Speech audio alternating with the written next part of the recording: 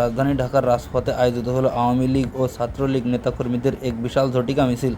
মিছিলটি প্রধান সড়ক জুড়ে অগ্রসর হয় এবং এতে অংশ নেয় হাজারো নেতাকর্মী ও সমর্থক। মিছিল শুরুর পরপরই জয় বাংলা জয় বঙ্গবন্ধু স্লোগানে মুখরিত হয়ে ওঠে পুরো পরিবেশ। শুধু সংগঠনের নেতাকর্মীরাই নয়, আশেপাশের সাধারণ মানুষও ব্যানার খোলার মুহূর্তে উচ্ছ্বাসের সঙ্গে মিছিলে যোগ দেন। রাজপথে সেই মুহূর্তে জনতার ঢল নেমে আসে, চারপাশে ছড়িয়ে পড়ে দেশপ্রেম ও ঐক্যের আবেগ। প্রত্যক্ষদর্শীরা জানান, মিছিলের সবচেয়ে উল্লেখযোগ্য দিক ছিল সাধারণ জনগণের স্বতঃস্ফূর্ত অংশগ্রহণ।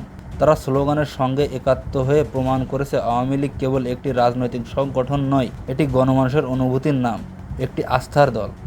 এমন স্বতঃস্ফূর্ত জনসমাগমে রাজপথ যেন পরিণত হয় এক মহাসমাবেশে। ঢাকার প্রতিটি মোড়ে মোড়ে ধ্বনিত হতে থাকে জয় বাংলার স্লোগানে।